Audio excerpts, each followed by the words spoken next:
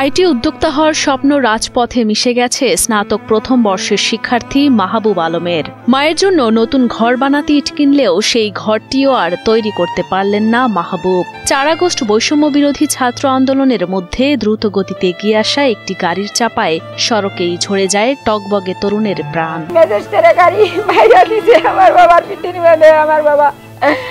গাড়ির উপর দিয়ে লাফ দিয়ে রাস্তার মধ্যে বেড়ে গেছে, তার পাশ দিয়ে আবার পুলিশের গাড়ি আর উপর দিয়ে গেছে।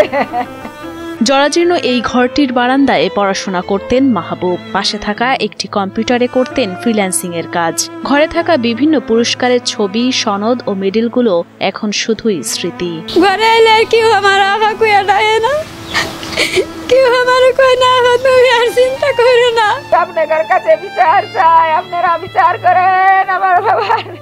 মাহবুবের এমন অকাল মৃত্যুর শোক কাটিয়ে উঠতে পারছেন না মানসিক ভারসাম্যহীন প্রতিবন্ধী অসুস্থ বাবা। সংসারের উপার্জনক্ষম ব্যক্তিকে হারিয়ে পুরো পরিবারে নেমে এসেছে ঘোর অন্ধকার। আমি মানুষের কাছ থেকে শুনছি আমার বাবা গুলি খাইছে, আমি আল্লাহ করে চিৎকার দিয়ে দৌড় দিচ্ছি একটা দিয়ে।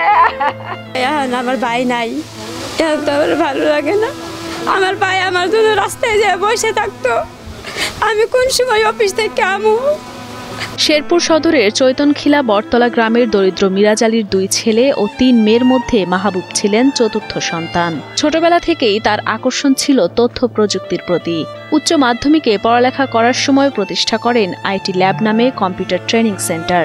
কম্পিউটারের বিভিন্ন বিষয়ে প্রশিক্ষণ দিতেন মাহবুব। সেখান থেকে পাওয়া অর্থ দিয়ে অসুস্থ বাবার চিকিৎসা, নিজের পড়ালেখা ও সংসারের খরচ মেটাতেন। আমার ভাই একজন মেধাবী ছাত্র ছিল, পাশাপাশি সে একটা আইটি ল্যাব পরিচালনা করতো। তার পাশাপাশি হারপাওয়ার নামে একটা প্রকল্পে উমেন ফিন্যান্সারের কোচ কন্ট্রোলার হিসেবে কাজ করতো।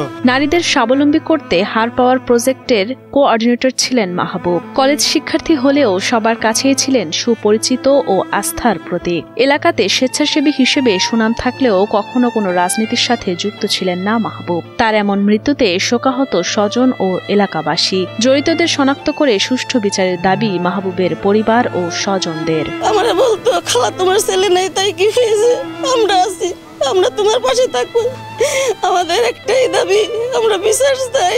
সে খুব অল্প বয়সে তার ফ্যামিলিকে সাপোর্ট দিচ্ছে। সে ক্লাস 8 থেকে খুব স্ট্রাগল করছে, যা আমাদের আর 8-10 জনের ভিতরে সেই অ্যাচিভমেন্টটা নাই। প্রশাসনের গাড়ির চাপায় মাহবুবের মৃত্যু হয়েছে উল্লেখ করে মাহবুবের মা মাহফুজা খানম বাদী হয়ে 12 আগস্ট শেরপুর সদর থানায় অজ্ঞাতনামা 300 থেকে 400 জনকে আসামি করে একটি হত্যা মামলা দায়ের করেছেন। স্থানীয়রা জানায়, মাহবুবের মতো সেদিন গাড়ির চাপায় মৃত্যুর হাত থেকে রেহাই পাননি শেরপুরের ডাক্তার সেকেন্দার আলী কলেজের বাংলা প্রথম বর্ষের শিক্ষার্থী শার্দুল আশিস সৌরভ।